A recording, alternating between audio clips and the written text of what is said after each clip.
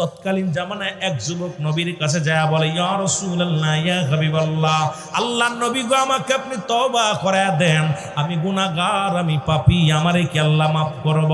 আল্লাহর নবী কয়, যুবক রে, তুমি তওবা করো, তওবা করো। যুবক বলে, ইয়া রাসূলুল্লাহ, ইয়া হাবিবাল্লাহ, আমি এমন গুনাহ করেছি, আমার আল্লাহ তো আমার গুনাহ মাফ করবে না। যুবক বলা পর নবীজি বলে, ও যুবক, তুমি তওবা করো, তওবা করে আল্লাহরে ডাকো। যুবক বলে, ইয়া রাসূলুল্লাহ, ইয়া হাবিবাল্লাহ, নবী গো, আমার মন বলে আমার পাপ, আমার গুনাহ আল্লাহ মাফ করব না। আল্লাহর নবী ডাকতে বলে, যুবক,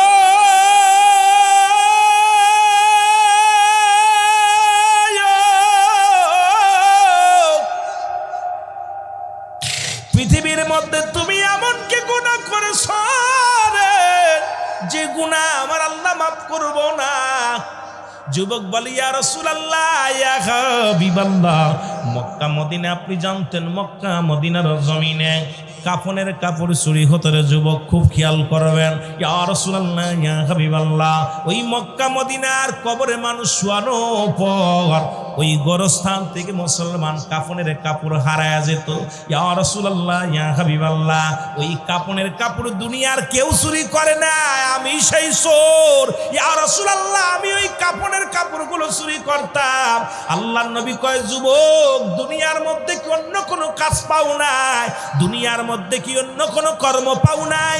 তুমি মরা মানুষের 3 টুকরা সম্বল, 5 টুকরা সম্বল, এটা তুমি চুরি করলা, এই কি কাজ করলা রে যুবক? এত বড় অপরাধ করলা। যুবক বলে, ইয়া রাসূলুল্লাহ, আমাকে কি আল্লাহ মাফ করব? আমার নবী কয়, যুবক রে, তওবা কর, তওবা কর, তওবাকারী আল্লাহ ভালোবাসে, তওবা কর। যুবক বলে, ইয়া রাসূলুল্লাহ, ইয়া হাবিবাল্লাহ, আমি এত পাপ করেছি, এই পাপ মনে হয় আমার আল্লাহ ক্ষমা করব না।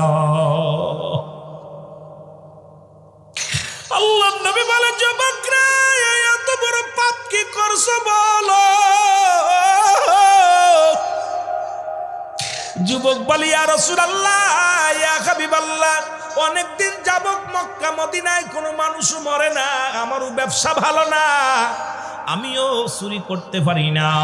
অনেকদিন যাবত মক্কা মদিনায় কোনো মানুষের ইন্তেকাল হয় না, কবরেও নেয় না, কাফনের কাপড় চুরি করতে পারি না। অনেকদিন পরে এই জমিনের মধ্যে সুন্দরী এক নারী মারা গেল। ইয়া রাসূলুল্লাহ, ইয়া হাবিবাল্লাহ, ওই ব্যক্তির, ও নবী, ওই মহিলা একটা সতী সাথে সুন্দর নারী মারা গেল, বড় লোকের দুলালি। ও যখন মারা গেল, ওর কাপড় জানাজায় আমি নিজেই শরীক হয়েছিলাম। জানাজার নামাজ শেষ হলো, সব মানুষ যখন বাড়ি চলে গেল, আমিও অপেক্ষা আছি কখন রাত নামবে। যখন রাত নির্জন হয়ে গেল, নবী গো, ও নবী, তখন আমি গুটি গুটি পায়ে গোরস্থানে রওনা দিলাম। আইয়া গোরস্থানের মাটিগুলো খুঁড়লাম, মাটিগুলো খুঁড়িয়া যখন কাফনের কাপড়টা টান দে খুইলা নিলাম। ইয়া রাসূলুল্লাহ, ইয়া হাবিবাল্লাহ, ওই কাফনের কাপড় যখন খুইলা নিছি, নিয়া পর কে যেন আমার ভিতর থেকে বলে, যুবক, সারা জীবন কাফনের কাপড় চুরি করলা, যার কবরে ঢুকছে একবার তাকায়া দেখ, পৃথিবীর শ্রেষ্ঠ সুন্দরী নারী। অন্যায় কর, অন্যায় কর, কেউ দেখবে না, কেউ বলবে না, কেউ তোরে বাধা দিবে না। ইয়া রাসূলুল্লাহ, ইয়া হাবিবাল্লাহ, ওই নারীটার মুখের দিকে যখন তাকাইলাম, আজকে যে সুন্দরী নারী আইনা ডায়াসে বসায় বসায় গল্প করার, ডায়াসে ড্যান্স করার, নাচান, এই যুবকগুলো হা করে খেয়ে ফেলে। জোরে বলেন ঠিক কিনা? গভীর মনোযোগ, ও যুবতী, যুবকেরা শোনো। যদিও অনেকের ভিতরে লাগবে, কষ্ট লাগবে, কথাগুলো বললে কষ্ট লাগবে, তবুও বলতে হবে, কারণ মরতে হবে, ঠিক কিনা? এই কথা বলেন না কেন? মরতে হবে না? আমার বাজানেরা ডাকতে বলি, ইয়া রাসূলুল্লাহ, ইয়া হাবিবাল্লাহ, এইবার আমি ওই যুবতীর চেহারা দেইকা পাগল হয়ে গেলাম। সঙ্গে সঙ্গে তার সঙ্গে অন্যায় করা শুরু করলাম, জিনায় লিপ্ত হয়ে গেলাম। এ তো শুনেছি মক্কা মদিনায় তৎকালীন জামানায়, যেখানে বাংলাদেশে ভালো করে লেখে নেন, যদি মিথ্যা হয় আমার জিহ্বা কেটে নিবেন, এখানে যে শাস্তি দিবেন মেনে নিব। বাংলাদেশে যেখানে ঢাকা মেডিকেল কলেজ হাসপাতালে মুসলমান মারা যায়, গলায় দড়ি নিয়ে মারা যায়, মর্গে নিয়ে পরীক্ষা করা হয়, রেপ করেছে রে মুসলমান, মারা যায়, অ্যাক্সিডেন্ট করে মর্গে যায় মুসলমান রেপের আলামত। এইবার ডাক্তাররা বড় প্রেশানিত হয়ে গেল যে দেশে, ও যুবক শোনো, এইবার ঢাকা মেডিকেল কলেজের মর্গের যিনি মুসলমান ডোম, তাকে ধরে আনা হলো। যখন রিমান্ডে নেওয়া হলো, উনি বললেন একজন নয়, দুজন নয়, আজ থেকে 2 থেকে 300 নারী, যত কম বয়সী নারী যারা ইন্তেকাল করে অ্যাক্সিডেন্ট করে গলায় ধরে নিয়ে বিষ খাইয়া, আগে লাশ কাটার আগে তার সঙ্গে জিনা করে নি। যে দেশে মুসলিম রাষ্ট্র, বাংলাদেশের 82% মুসলমান, যে দেশে লাশ কাটা করে বাংলাদেশে, যেখানে ঢাকা মেডিকেল কলেজ হাসপাতালে, যেখানে মর্গে জিনা হয়, আর বড় বড় ওয়াজ করো আর বড় বড় ফতোয়া দাও, মসজিদে বয়া বড় বড় বায়ান দাও। এরে মুসলমান, এই বায়ান দিয়ে হবে কি? এই ক্ষমতা দিয়ে হবে কি? ক্ষমতার লোভে ও খাইসা লাভ কি? যে দেশে মরেও শান্তি নাই, মরার পরও জিনা হয়, যে দেশে মর্গে জিনা হয়, সেই দেশের নাম হলো আমার বাংলাদেশ। আজকে বড় বড় ফতোয়া দাও, কই থেকে পাও? যদি মিথ্যা বলি জিব্বাটা কেটে নিবেন। মুসলমান শুনে নেন, ওই না কোথায় মুসলমান, গভীর মনোযোগ, চট্টগ্রাম মেডিকেল কলেজ হাসপাতালে একই চিত্র ধরা পড়লো। যখন মর্গে নিয়ে, যখন ডমকে নিয়ে ধরে রিমান্ডে দেওয়া হলো, উনি বললেন আজ থেকে কত সময় আমি যে রেপ করেছি তার মনে নাই। যত অল্প বয়সী নারী গলায় ধরে নিয়ে বিষ খাইয়া অ্যাক্সিডেন্ট হইয়া মারা যায়, তাদেরকে কাটার আগে, তাদেরকে কি করি, পোস্টমর্টম করার আগেই তাদের সঙ্গে আগে রেপ করে নি, জিনা করে নি। আরে যে দেশে, বাংলাদেশে 92% মুসলমান, এত পিসাব, এত খানকায়, এত আলেম, এত ইমাম, সেই দেশে মর্গে যদি জিনা হয়, সেই দেশের উপরে লাশ পড়ে থাকবে, সেই দেশের উপরে মানুষ কুকুর শেল লাশ খাবে। এই দেশের মানুষ, মুসলমান গভীর মনোযোগ, এই দেশের মানুষ কেউ কথা বলবে না, শুধু দেখবে আর ক্ষমতার চিন্তা করবে, খালি গদির দরকার, গদির দরকার। নবী বলছে বালহুয়া কিলাব, আমার কথা নয়, নবীর কথা, কোরআনের কথা শুনে নাও, হাদিসের কথা। নবী বলছে বালহুয়া কিলাব, এই দেশ, এই দুনিয়াটা হলো পচা দুর্গন্ধ মড়ি। মানুষের চরিত্র হলো কুকুরের চরিত্র। কুকুর যেমন মড়ি পাইলে খুশি হয়, সে জামানার মানুষগুলো সম্পদ পাইলে খুশি হবে। এখন খালি চেয়ার পাইলেই খুশি, সেটা যেভাবে আসুক সেটাই ভালো। ধরে বলেন ঠিক কিনা? এ দুনিয়ার মুসলমান,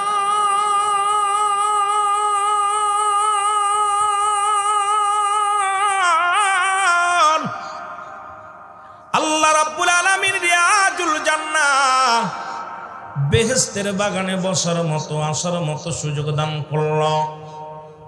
এ সময় কত মানুষ জেলখানায়, কত মানুষ হাসপাতালে, কত মানুষ মৃত্যু শয্যায় সজ্জিত। ও দুনিয়ার মুসলমান শুনে নাও, কত মানুষ ঘুমাইতেছে রে, কত মানুষ বাজারে শুধু শুধু ঘোরাফেরা করতেছে।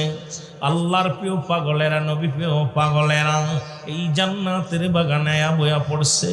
সেই রব্বি কারিমের দরবারে উচ্চ কণ্ঠে আওয়াজ দিচ্ছিলেন, বলেন আলহামদুলিল্লাহ। এরে বান্দা যখন জান্নাতের বাগানের দিকে রওনা হয়ে যায়, প্রতিটা কদমে কদমে, ও যুবক, প্রতিটা কদমে কদমে আল্লাহ রাব্বুল আলামিন বান্দার জীবনের সগীরা গুনাহগুলো মাফ করে দেয়। জোরে বলেন মারহাবা। একটু আস্তে বলা যাবে না, জোরে বলা যাবে? সগীরা গুনাহ মাফ। যখন বাড়ি থেকে নিয়ত করেছেন আজকে তাফসীরুল কোরআন মাহফিলে যাব, ওই ময়দানে যে বসব, নিয়ত করে যখন রওনা দিয়েছেন রে বান্দা, প্রতিটা কদমে কদমে আমার আল্লাহ আপনার আমার জীবনের সগীরা গুনাহগুলো মাফ করে দিছে। ও মুসলমান, গভীর মনোযোগ, আমরা শুধু সগীরা গুনাহ করি নাই, পদে পদে করছি কবিরা গুনাহ। নামাজ ছেড়ে দিয়া কবিরা গুনাহ। সুন্দর মসজিদখানা দেখলাম, এই মসজিদের মধ্যে যাইয়া নিজেই আমি ঈশার সালাত আদায় করলাম। আমার যুবক বন্ধুরা গভীর মনোযোগ, যখন বান্দা শুধু সগীরা গুনাহগুলো মাফ করলেন, কবিরা গুনাহগুলো মাফ করার দরকার। নামাজ ছেড়ে দেয়া কবিরা গুনাহ, মিথ্যা বলা কবিরা গুনাহ, বেগানা নারীর সঙ্গে দেখা দেয়া কবিরা গুনাহ, বেগানা পুরুষের সঙ্গে দেখা দেয়া কবিরা গুনাহ। এখন আমার ওয়াজ শুনলে বাংলাদেশে অধিকাংশ মসজিদের ইমামের চাকরি চলে যাবে। অধিকাংশ আলেমরা কষ্ট পায়, যারা বেগানা নারী নিয়ে সমাজ বাঁচাইতে চায়, যারা বেগানা নারী নিয়ে মুসলমান মিটিং সিটিং করতে চায়, যারা বেগানা নারী নিয়ে অফিস আদালত করে, এদের কলিজার মধ্যে যা লাগবে।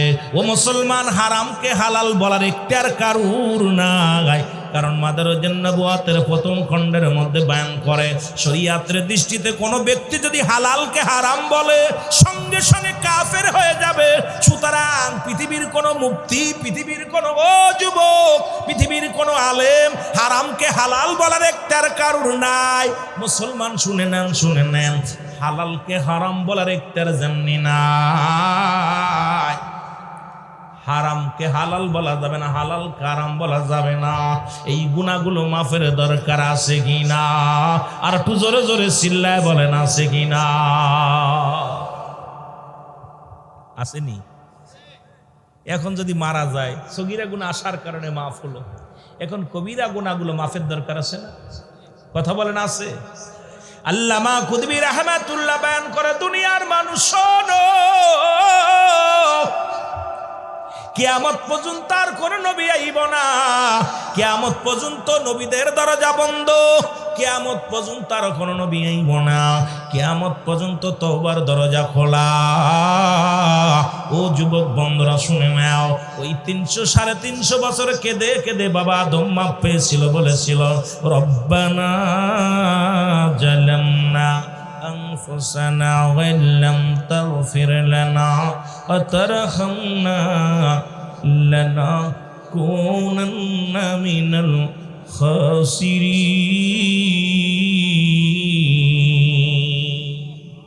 যিনি আল্লাহর প্রিয় বান্দা ছিলেন, নবী ছিলেন, উনিও তওবা করলেন। মুসলমান শোনো, খাস তওবা করে আল্লাহকে ডাকতে বলে, আল্লাহ আমি জালিমদের অন্তর্ভুক্ত হয়ে গেছি, আমারে তুমি ক্ষমা করে দাও, আমারে তুমি মাফ করে দাও। ও যুবক, যিনি হলো আমার আপনার আদি পিতা বাবা আদম নবী ক্ষমা চায়। আর আমি কত বড় বেঈমান, কত বড় ধোঁকাবাজ, জিনা করলাম, ব্যভিচার করলাম, নামাজ সারলাম, রোজা সারলাম, দুনিয়ার মধ্যে অন্যায় পথে পা বাড়াইলাম, বেগানা নারী নিয়ে আড্ডা মারলাম, পহেলা বৈশাখ পালন করলাম, আর মুসলমান আইয়া বড় বড় ফতোয়া দিলাম, কিন্তু আজ পর্যন্ত তওবা করলাম না। এই তওবা না করিয়া যদি মারা যায়, বেঈমান হয়ে যদি মারা যায়, আমার জন্য আল্লাহ রাখছে উইদ্দাতুল কাফিরিন। আল্লাহ কয় কাফের বেঈমান মুনাফিকদের জন্য আমি আল্লাহ প্রস্তুতি করে রাখলাম 7-7টা জাহান্নাম। যুবক শোনো গো, এক ওয়াক্ত নামাজ কাজা গেলে 80 হুতবা পরিমাণ জাহান্নাম, এক রাক মুসলমান খুতবা পরিমাণ হলো 2,88,00,000 বছর। এখন ওয়াজ শোনা নফল বন্দেগী, নামাজ ছিল ফরজ। এখন যদি বলি ও দাদু ভাইরা, কে কে ঈশার সালাত আদায় করছেন? মাশাআল্লাহ, হয়তো 3-এর 2 উঠবে নামাজ মনে হয়, আদা দি হয়তো উঠতে পারে। যুবক শুনে নাও, কিন্তু নামাজ সালাতের প্রতি গুরুত্ব নাই। আজকে সমাজ বাঁচবে কেমনে, জাতি বাঁচবে কেমনে? নামাজ সমস্ত খারাপ কাজ থেকে বাঁচায়। মুসলমান এবং কাফেরদের মধ্যে হলো পার্থক্য হলো নামাজ। ও যুবক, সেই নামাজ ছেড়ে দেয়া কবিরা গুনাহ, মিথ্যা বলা কবিরা গুনাহ। এখন যদি বলি বাজান কয়জন মিথ্যা কথা বলেন না? আমিও মিথ্যা কথা বলি, কারণ এখন আছি পাবনায়, বলি সিরাজগঞ্জ। এই যে মিথ্যার একটা কারখানা বাইর হয়ে গেছে সমাজের মধ্যে। এখন আলেম নাই, মৌলবি নয়, যদি থাকে ঘরের মধ্যে কয় বারান্দায় ঘুরি, বারান্দায় থাকলে কয় বাজারে ঘুরি। জোরে কোন ঠিক কিনা? আসেনি কথা কন? কষ্ট পাচ্ছেন আপনারা? আস্তে আস্তে আগাই, কষ্ট পাচ্ছেন? এখন মিথ্যা বলা কবিরা গুনাহ যদি বলতেছিলাম, আল্লামা খুদবি রাহমাতুল্লাহ বয়ান করেন, যুবক যদি আসমান থেকে জমিন পর্যন্ত খালি জায়গা গুনাহ করে ভরপুর করো গো, ওই বান্দা যখন কবরের ভয়ে, জাহান্নামের ভয়ে, বান্দা যখন খাস তওবা করে আল্লাহ বলে ডাক দেয়, ডাকতে বলে আমার আল্লাহ, জীবনের শেষ আল্লাহর মুনাজাত, আল্লাহ জীবনের শেষ মাহফিল। বান্দা যখন চোখের পানিগুলো ছেড়ে আল্লাহ বলে ডাক দেয়, আমার আল্লাহ রব্বুল আলামিন বান্দার জীবনের সব গুনাহ মাফ করে দেয়। জোরে বলেন মারহাবা। আর একটু জোরে জোরে চিল্লায় বলেন মারহাবা। তেমনি মুসলমান গভীর মনোযোগ, আল্লাহর নবীর এক সাহাবী, খুব খেয়াল করবেন যুবক বাবার, আজকে যে পহেলা বৈশাখ, যে কথা বলে শুরু করেছিলাম, হাজার হাজার জিনা, হাজার হাজার ব্যভিচার, নিজের বউ সাজাইয়া রাস্তায় বাইর করলা, নিজের মেয়ের কাপড় পরাইয়া রাস্তায় বাইর করলা, নিজের বোনগুলো বাইরে গেল। যুবক, আজকে পয়লা বৈশাখে কত গুনাহ করলা। নবীর এক প্রিয় সাহাবী ছিল মুসলমান, হযরতে সালাবা রাদিয়াল্লাহু তাআলা, এই জগৎ বিখ্যাত একজন আল্লাহর পাকের রাসূলের সাহাবী। এই সালাবা একদিন রাসূলের সামনে দিয়া যাইতেছিল। রাসূল বললেন, বেগানা নারী দেখা হারাম। পর্দার বিধান যখন নবীজি ওয়াজ করলেন, খুব খেয়াল করবেন, নবীজি পর্দার ওয়াজ শুনিয়া, পর্দাও ফরজ নামাজও ফরজ, এই পর্দাও ফরজ নামাজও ফরজ। আজকে যারা মহিলারা ওয়াজ শোনো, একটু মুসলমান লজ্জাপতির পাতা বাইটা খায় আর মুখস্থ কইরো, আলোচনা একটু খেয়াল করো। আমার মা, তোমাদের কত দাম, তোমরা নবীদের মা, তোমরা আলেমদের মা, তোমরা ইমাম সাহেবের মা, কারি সাহেবের মা, হাফেজ সাহেবের মা। আল্লাহ তোমাদের কত দাম দিছে দুনিয়ার মধ্যে। এই দুনিয়ার মধ্যে যদি দোয়েল পাখি যদি জানতো সে বাংলাদেশের জাতীয় পাখি, জীবনেও ময়লার উপরে পড়তো না। আর আমার মা বোনেরা যদি জানতো তাদের দাম, জীবনে ঘর ছেড়ে রাস্তায় বাইর হতো না। জোরে বলেন ঠিক কিনা?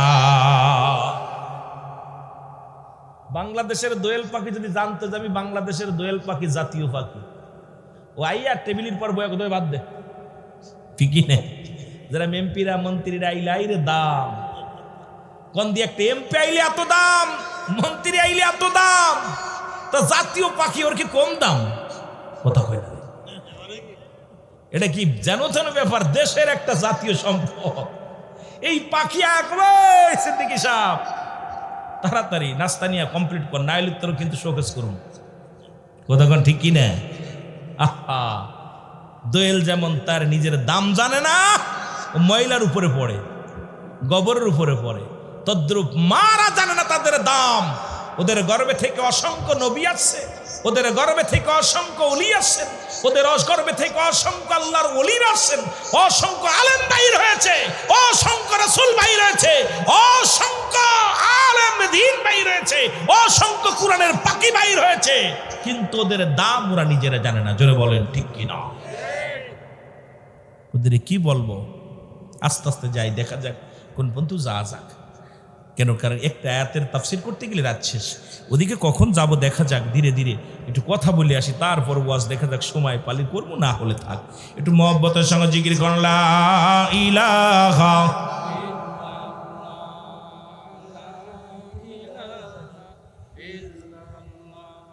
আরো জোরে, লা ইলাহা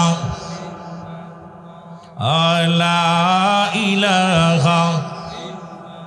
তুমি কাউকে বানাইলা নবীউল্লাহ, তুমি কাউকে বানাইলা খলিলুল্লাহ। অগণর মুহাম্মদ সাল্লাল্লাহ, লা ইলাহা ইল্লাল্লাহ, বলো লা ইলাহা। এই পর্যন্ত সীমাবদ্ধ থাকলে হবে না। এই কালেমাটা ছিল আদম আলাইহিস সালাম, আদম বলেছে লা ইলাহা ইল্লাল্লাহ, আদম শফিউল্লাহ, লা ইলাহা ইল্লাল্লাহ ইব্রাহিম খলিলুল্লাহ, লা ইলাহা ইল্লাল্লাহ ঈসা রূহুল্লাহ, লা ইলাহা ইল্লাল্লাহ ইব্রাহিম খলিলুল্লাহ। এখন আমার নবী উম্মত বলে দাবি করতে হলে শেষের টুকু বলা লাগবে মুহাম্মাদুর রাসূলুল্লাহ। জোরে জোরে চিল্লায়া বলা যাবে না মারহাবা। কথা কি ক্লিয়ার? এটা খেলে আমার নবীর কালেমা না। আদম থেকে শুরু করে আদম বলছে আমি আদম শফিউল্লাহ, আমি ইব্রাহিম খলিলুল্লাহ, মূসা খলিমুল্লাহ, ঈসা রূহুল্লাহ। সব নবী তার পরিচয় তুলে ধরছে, আমার নবী পরিচয় তুলে ধরেছে। আল্লাহ ছাড়া কোনো মাবুদ নাই, আল্লাহ ছাড়া কোনো ইলাহ নাই, তাকে পাওয়া এবং তাকে চিনার জন্য মাধ্যম আমি নবী, আর আমি আল্লাহর পয়গম্বর, বা আমি একজন নবী মুহাম্মাদুর রাসূলুল্লাহ সাল্লাল্লাহু। এই যুবক যে কথা বলতেছিলাম শুনে নেন। এইবার আজকে যারা পহেলা বৈশাখের পক্ষে ছিল গো, নববর্ষের পয়লা বৈশাখের যারা মুসলিম রাষ্ট্র, যেখানে 82% মুসলমান, এই দেশে আরবি মাস নয় বাংলা মাস গণনা করি, তাদের সঙ্গে তালি দিয়ে আমরা দাড়িওয়ালারাও চলি, আমরা টুপিওয়ালারাও চলি, নববর্ষ খারাপ বলবো না, যদিও পালন করো বাংলা মাসের প্রথম পালন করো, কোরআন তেলাওয়াত করো, সকালবেলা উইটে একটু আল্লাহর কাছে ফজরের নামাজ পড়ে দোয়া করো। আইরে কপাল পোড়া ফজরের নামাজ নাই, যখন সকাল হইছে ঢংসং সাজিয়া, কত বুতুম সাজিয়া, বুত সাজিয়া, প্রতিমা সাজিয়া রাস্তায় বাইর হইলা। এরে কোন ফতুয়ায় পাইলা, কোন কোরআনে পাইলা, কোন হাদিসে পাইলা, দেখার দরকার। আজকে তাদের সঙ্গে আমরা যারা মৌলবীরা তাল মালাইল বা তাল মিলাইলাম, আমি কিরা সুবিধাবাদী লোক। আল্লাহ কমিনান নাস, মানুষের মধ্যে মায়া হলো, তারা বলবে আমার নেতার ঈমান আনছে, বিল্লাহি আল্লাহর প্রতি অবিলম্বিনা আখিরাতের প্রতি বিশ্বাস স্থাপন করছে। ওমা হুম বিমুমিনিন।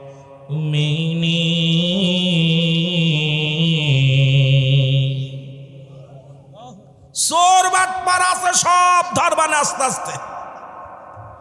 চোরগুলোতে কোরআন একদম কোরআন দিয়ে ধরতেছে আল্লাহ, সব বাটপারের কথার ভিতর আছে।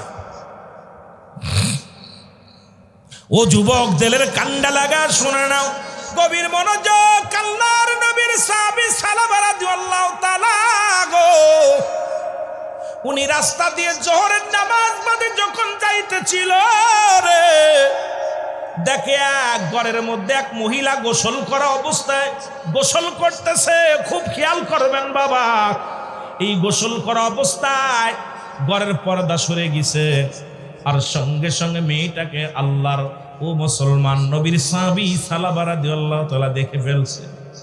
দেখা পর চোখের পানি ছেড়ে কান্দার বইয়া ডাকতে বলে, আমার আল্লাহ, আমি বেগানা নারী দেখে ফেললাম রে, আমার নবীর যদি জিবরিল আমিন জানিয়ে দেয়, আমি ইসলামকে কলুষিত করলাম, আমি কোরআনকে কলুষিত করলাম। আমার নবী বলছে বেগানা নারী দেখা যাবে না, আমি দেখে ফেললাম, কিন্তু মনের অজান্তে দেখছো। আজকে নারী পুরুষ একত্রিত হইয়া ডোল পিটাও, ও ফতুয়া কই ফাইলা জানতে চায়, কিন্তু আল্লাহ নবীর সাহাবী শুধু এক নজর দেখার কারণে সঙ্গে সঙ্গে বয়া পড়ছে জমিনের মধ্যে, বয়া চিন্তা করে না এই গুনাহ যদি আল্লাহ মাফ না করে, আমার আল্লাহ যদি ধরারে কিয়ামতের ময়দানে কি জবাব দিব, ওই খবরে আমি কি জবাব দিব। আল্লাহ নবীর সাহাবী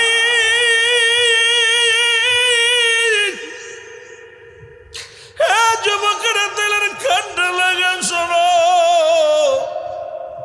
কাঁদতে কাঁদতে পাহাড়ে চলে গেল। একদিন নয়, দুদিন নয়, কিছুদিন পার হয়ে গেল। এইবার নবীর কাছে জিবরিল আমিন এসে বলে, ইয়া রাসূলুল্লাহ, ইয়া হাবিবাল্লাহ, আপনার সাহাবীরা আপনার পিছে নামাজ আদায় করে নবী গো, কিন্তু আপনার সালাবার খবর নিছেননি, আপনার সালাবার খবর নেন গো নবী। নবীজি বলেন, সালাম ফিরে বলে, আমার সাহাবীরা রে, তোমরা আমার সালাবার খবর জানোনি, আমার সালাবা রাদিয়াল্লাহু তাআলার খবর জানোনি? সাহাবীরা বলে, হুজুর আমরা তো আজ কটা দিন দেখি না। নবীজি বললেন, তাড়াতাড়ি খবর নাও। খবর নিলেন, বাড়িতে গেলেন। সালাবার বাবাই বলে জানি না, মায়ে বলে জানি না, প্রতিবেশী কয় জানি না। আমার রসুলকে জিবরিল আমিন আবারও ডাক দে বলে, আল্লাহ নবী গো, যে সাহাবী আপনার পিছে সালাত আদায় করত, যে সাহাবী আপনার এত ভালোবাসতো নবী গো, সেই সাহাবীর খবর লন। আল্লাহ নবী ডাক দে বলে, কোথায় রে আমার আবু বকর, কোথায় রে আমার উমর, কোথায় রে আমার উসমান, কোথায় আমার আলিয়া, আমার সালাবারে খুঁজে নিয়ে আয়। সালাবারে খোঁজ নেয়, সালাবারে খোঁজ নেয়। এইবার পূর্ব পশ্চিম সালাবারে খোঁজা শুরু করলো, কোথাও পায় না। খুঁজতে খুঁজতে পাহাড়ের মধ্যে গেলেন। পাহাড়ে যাইয়া ডাকতে বলো, রাখালেরা রে, তোমরা কি নবীর সাহাবী সালাবারে দেখছো? রাখালেরা বলে, আমরা তো সালাবারে চিনি না, তবে একজন যুবক, টাংরাই যুবক, আহা, একজন টাংরাই যুবক আজ কটা দিন হলো সারাদিন পরে ওই পাহাড়ের তলায় বসে বসে কান্দে, কান্দতে কান্দতে চোখের পানি পড়ে ঘা হয়ে গেছে। ওই যুবকটা হাঁটতে পারে না, ওই পাহাড়ে ওঠে, ঢেলে ঢুলে ঢুলে ঢুলে পড়ে যায়। আমরা বকরির দুধ দুহান করিয়া সালাবারে দিয়ে ওই ব্যক্তিকে দিয়েছিলাম, কিন্তু এই ব্যক্তির কান্দন, চোখের পানি এত আজারে পড়েছে, ওই চোখের পানি আর দুধের পেয়ালা এক হয়ে গেছে। শুধু কান্দার কাল্লা, আমারে কি মাফ করবানি? আমারে কি তুমি মাফ করবানি? হায়রে যুবক, কবর হবে আবাদান আবাদন। ওই কবর হবে আমার আপনার চির ঠিকানা। যে দেশে গেলে মানুষ আর কোনোদিন ফিরে আসা সম্ভব নয়, যে দেশে গেলে মানুষ আর কোনোদিন ফিরে আসবে না, সেই দেশের যাত্রী আমরা। কয়দিন থাকবো দুনিয়ার মধ্যে? তিনটা বিপদ। নাম্বার 1 হলো মানুষের মরণ, নাম্বার 2 হলো কবর, নাম্বার 3 হলো কিয়ামতের ময়দান। আজকে দুনিয়ার সম্পদ পাইয়া, সুন্দরী নারী পাইয়া, বাড়ি পাইয়া, গাড়ি পাইয়া, গায়ের জম পাইয়া, এমপি হইয়া, মন্ত্রী হইয়া সেই রব্বে কারিম রে ভইলা গেলা। এই রকম তো ফিরাউন ছিল, নমরুদ ছিল, কারুন ছিল। আল্লাহ তাদেরকে জিরো থেকে হিরো বানাইলো। আজকে জিরো থেকে হিরো বানাইলো। ফিরাউন, নমরুদ, কারুন যারা খোদাই দাবি করেছিল, আল্লাহ তাদেরকেও শেষ করে দিছে। সুতরাং আমি আপনি যে কোনো মুহূর্তে মারা যেতে পারি, মরে যেতেই হবে, এর মধ্যে কোনো সন্দেহ নাই। সুতরাং ওই কবর হবে চিরস্থায়ী একটা জায়গা। ওই কবরের সামিয়ানা বানানোর দরকার আছে কিনা? আর একটু জোরে জোরে চিল্লায় বলেন আছে কিনা? শক্তিতে কোনো অংশে কম ছিল না। ফিরাউন, নমরুদ, কারুন এরা কি জাইতের নেতা ছিল? আমার মতো নেতা, আপনার মতো নেতা? তারা আল্লাহ তাদেরকে শেষ করে দিছে। আল্লাহর নবীর সাহাবী হযরত সালাবা কান্দে। আল্লাহর নবীর সাহাবী হযরত আবু বকর সিদ্দিক রাদিয়াল্লাহু তাআলা ডাকতে বলে, রাখালেরা গো, তোমরা সালাবার সন্ধান দিতে পারো কি না? বলে, আমরা সালাবার চিনি না, নবীর সাহাবী চিনি না, তবে একজন যুবক মানুষ অজার নয়নে কান্দে, চোখের পানি ফেলায় ফেলায় কান্দে। এই কান্দনগত সাহাবীরে দেখলাম। এবার আল্লাহর নবীর সাহাবীরা দৌড়াইয়া গেলেন, যায় দেখে সালাবা পাহাড়ের কন্যারে বইয়া চোখের পানিগুলো সেরে সেরে কান্দে। আল্লাহর নবীর সাহাবীরা যে বলে, সালাবা রে,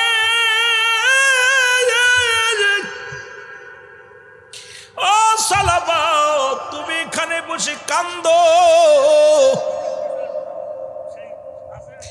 তুমি কান্দো,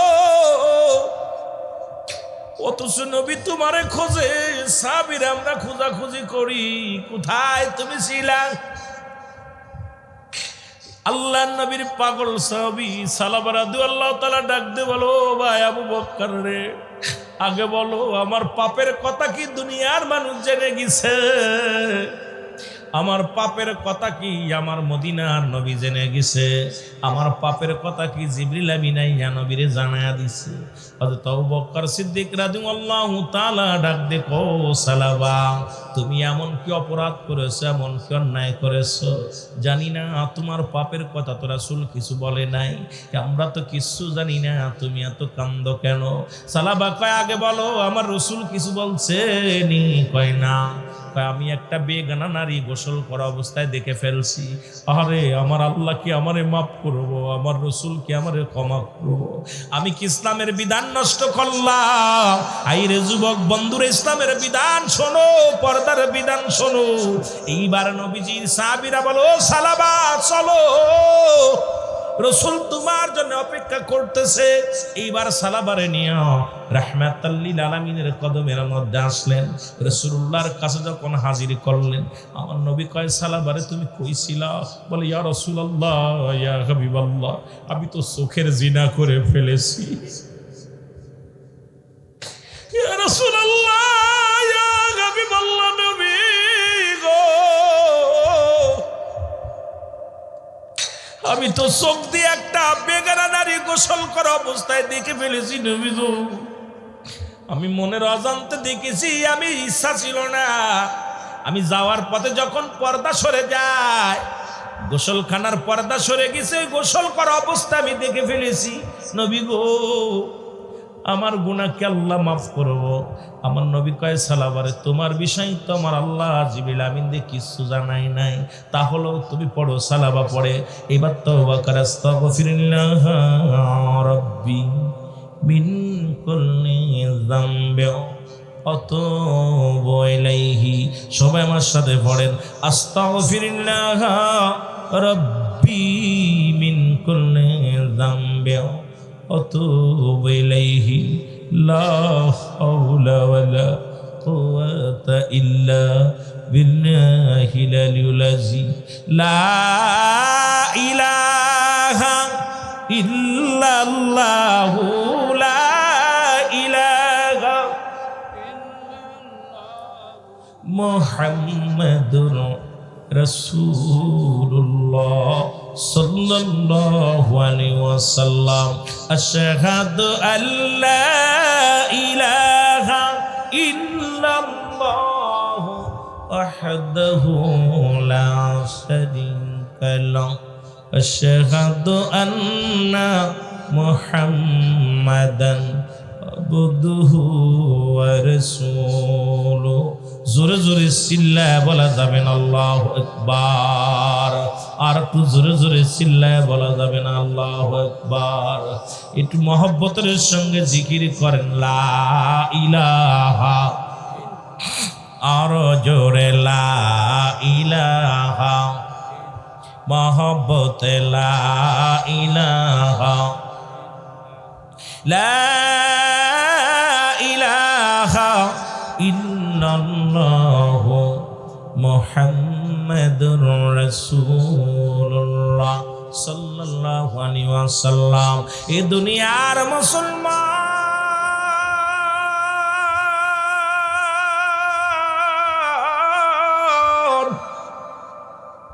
নবীজি যখন তওবা করা দিছে রে, এমন সময় সালাবা বলে ইয়া রাসূলুল্লাহ, ইয়া হাবিবাল্লাহ, নবী গো, আমার পিছনের রগের পাশে কেন পিপিলিকার মতো ঘোরাঘুরি করে নবী গো। আমার নবী বলে সালাবারে হাজির হয়ে গেছে। ও সালাবা, আজরাইল তোমার কাছে আগমন করেছে। রাসূলুল্লাহ সালাবার হাতখানা আঁকড়ে ধরলেন। সালাবার সঙ্গে রাসূল কালেমা পড়লেন। রাসূলের সঙ্গে কালেমা পড়তে পড়তে সালাবা রাদিয়াল্লাহু তাআলা মালাকুল মউত তার জানটা কবাজ করে নিয়ে গেছে। জোরে জোরে চিল্লায় বলা যাবে না আল্লাহু আকবার। খুব খেয়াল, শুধু দু চোখ দিয়ে একটা বেগানা নারী গোসল করা অবস্থায় দেখে ফেলেছে। একটা দিন খানা খাই নাই, না খায় অজার নয় না কাঁদছে, আর তুমি পরের মেয়ের হাত ধরে রাস্তা দিয়ে ঘুরতেছো, পরের মায়া নিয়ে নাচাচ্ছ, ডিস্কো ডান্স দেখতেছ। যুবকেরা, আজকে আমার আল্লাহ যদি ধরে বাঁচার মতো কোনো গতি নাই। আমি আসতে পথে পয়লা বৈশাখে যা দেখলাম, নারী পুরুষ, আহা কি যে অবস্থা চলতেছে। এইটার পয়লা বৈশাখে সোহে বৈশাখ, এই বৈশাখের দিনেই কপাল পোড়া। দোয়া কর আল্লাহর কাছে, আল্লাহ ফজরের নামাজটা পড়ে আল্লাহ আমাদের বাংলাদেশের মানুষ, বাংলা মাস পহিলা বৈশাখ, আল্লাহ সারা বছর জন্য আমাকে সুখে শান্তিতে রাখো। আল্লাহ তুমি বালা মুসিবত দূর করে দিও। আল্লাহ আমার গজব থেকে বাঁচাইও। আল্লাহ আমার কোরআন পড়ার তৌফিক দিও, নামাজ পড়ার তৌফিক দিও। কপাল পোড়া তা না বইলা ঢং ঢং দিয়া ঘুরতেছিস, আর এইটার যারা সমর্থন করে তারা মুসলমান বলে দাবি করে। এই কপাল পোড়াদের কেমনে বুঝাইব আমি, কেমনে বুঝাইব? পালন কর, জম্মের পালন করা করবি। জাহান্নামের ফেরেশতারা অপেক্ষা করতে তো ধরার জন্য। এমন ধরা ধরবে জাহান্নামে 70,000 রশি লাগানো, এক একটা রশির মধ্যে 70,000 ফেরেশতা দূরে দূরে টানবে। আর এই জাহান্নামের ফেরেশতারা গুলো এমন ভাবে গর্জন মারবে, মুসলমান গভীর মনোযোগ। আহা, এই জাহান্নাম থেকে বাঁচা সম্ভব নয়। জাহান্নামের গেটে একটা গাছও আছে, যতই ঢং ঝং করিস, জাক্কুম নামে কাঁটাযুক্ত গাছ। এই গাছটা তোরে ধরে এক ধরে ভিতরে ঢুকাই দিব, বেশি লগবর দৌড়াদৌড়ি পালানোর মতো পথ থাকবে না। আমার বন্ধুগণ, আমার গভীর মনোযোগ, রাসূলুল্লাহ চোখের পানি ছেড়ে কাঁদতে লাগলেন। যুবক বাবারা শোনো, যেহেতু যুব সমাজের উদ্যোগে মাহফিল খানা, ও যুবক দিলের কান্ডা লাগা শুনে নাও। রাসূলুল্লাহ হাওমাও করে কাঁদতে লাগলেন। জিবরিল আমিন এসে সান্ত্বনা দেয়, ইয়া রাসূলুল্লাহ, ইয়া হাবিবাল্লাহ, আপনার যুবক কোরআনকে কত ভালোবেসেছে, এই কোরআনের সম্মান, এই কোরআনের ইজ্জত রক্ষা করতে যায়, ইসলামের বিধান, ইসলামকে সম্মান ইজ্জত রক্ষা করতে যাইয়া যুবক তারা নিজের জীবনটা বিলিয়ে দিছে। তওবা করতে করতে কাঁদতে কাঁদতে, ইয়া রাসূলুল্লাহ, ইয়া হাবিবাল্লাহ, আল্লাহ আমাকে পাঠিয়েছে, আপনি দেরি করেন না, আপনি সালাবারে জলদি করে গোসল করান, গোসল করে জানাজার জন্য প্রস্তুতি নেন, কারণ অসংখ্য জান্নাতি ফেরেশতারা আসমান থেকে প্রস্তুতি হয়ে আছে, সালাবারে জানাজায় আসবে। জোরে জোরে চিল্লায়া বলা যাবে না মারহাবা।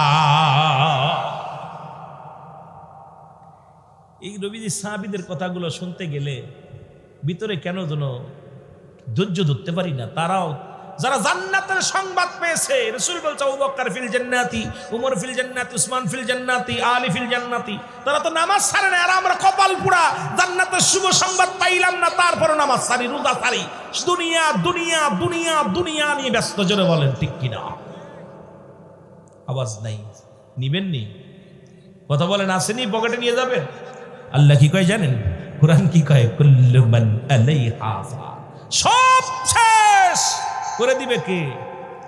আর একটু জোরে, মন্ত্রী, এমপি। আয় হা, ইসরায়েলরা ধরছে কারে?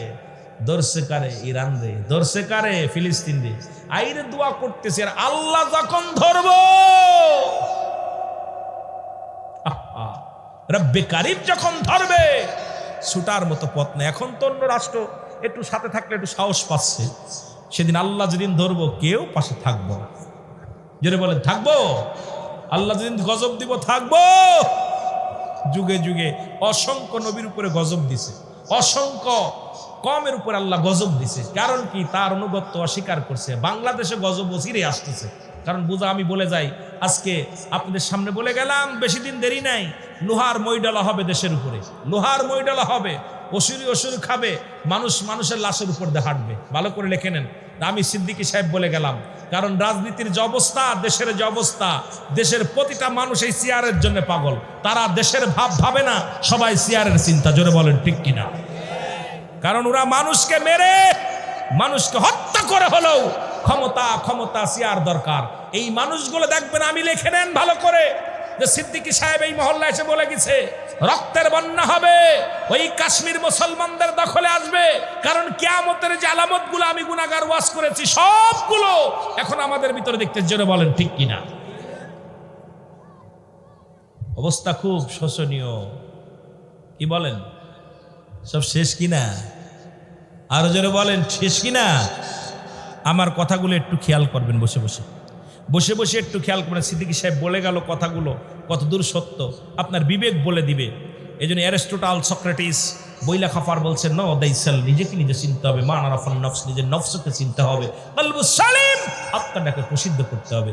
এখন আমি আপনি কেউ আমাকে নিয়ে ব্যস্ত না, খালি অন্যকে নিয়ে ব্যস্ত। ঠিক না? ঠিক না? খালি অন্যকে নিয়ে ব্যস্ত।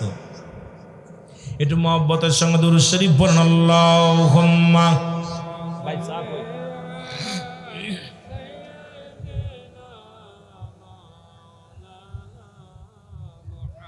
আমার যুবক বাবার অনেক আছেন, আলোচনা মহব্বতে।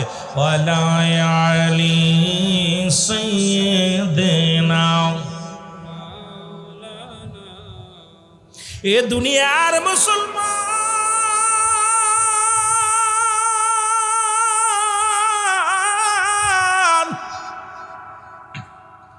নবীজি বললেন, এবার সাহাবীদেরকে বললেন গোসল করাও, কাফন পরাও, জানাজার নামাজের জন্য মাঠে নিয়ে যাও। রাসূলুল্লাহ জানাজা পড়বে, কত ভাগ্য রে, কত ভালো কপালের মুসলমান। শুনে নাও, রাসূল পাক সাল্লাল্লাহু আলাইহি ওয়াসাল্লাম জানাজার নামাজ পড়াইব। হযরতে আলী, হযরত ওসমান গনি, হযরত আবু বকর সিদ্দিক, হযরত উমর ফারুক রাদিয়াল্লাহু তাআলা, চারজন সাহাবী খাটটা ধরলেন, আরো কয়েকজন সাহাবী পাশে ধরলেন। এবার হযরতে সালাবা রাদিয়াল্লাহু তাআলার দেহ মুবারক খাটে করিয়া যখন নিয়ে যায় রে, ওই দুলার মধ্যে নিয়ে যখন জানাজার জন্য নিয়ে যায়, রাসূল রওনা দিলেন, সাহাবীরাও রওনা দিলেন। রাসূলুল্লাহ অনেক পিছে পড়ে গেলেন। এবার হযরত উমর ফারুক ডাক দিয়ে বলে, ইয়া রাসূলুল্লাহ, ইয়া হাবিবাল্লাহ, আমরা তো লাশ নিয়ে অনেক আগেই চলে আসলাম, আপনি কেন আসেন না? নবীজি দাঁড়ায় আছে, মুসলমান পা আগায় না। আল্লাহর নবী ডাক দিয়ে বলে, উমর রে, আমি কেমনে আইব রে? আমার রব্বুল আলামিন আমার সালাবার উপরে খুশি হইয়া, আমার সালাবার উপরে রাজি হইয়া, একজন নয়, দুজন নয়, ৭০,০০০ ফেরেশতা জমিনের মধ্যে পাঠা দিছি সালাবার জানাজাই। জোরে জোরে চিল্লায় বলা যাবে না মারহাবা। রাসূল বলতেছে, সাহাবী রে, আমি কেমনে আইব? অসংখ্য ফেরেশতারা জমিনের মধ্যে নামছে আমার সালাবার জানাজার নামাজ আদায় করার জন্য। আজকে মুসলমান কথাগুলো বললে কষ্ট হয়। ও যুবক, ওই জাহিলা জামানায় শুনেছি, আজকে যুবক সমাজ পারে জাতিকে পরিবর্তন করতে।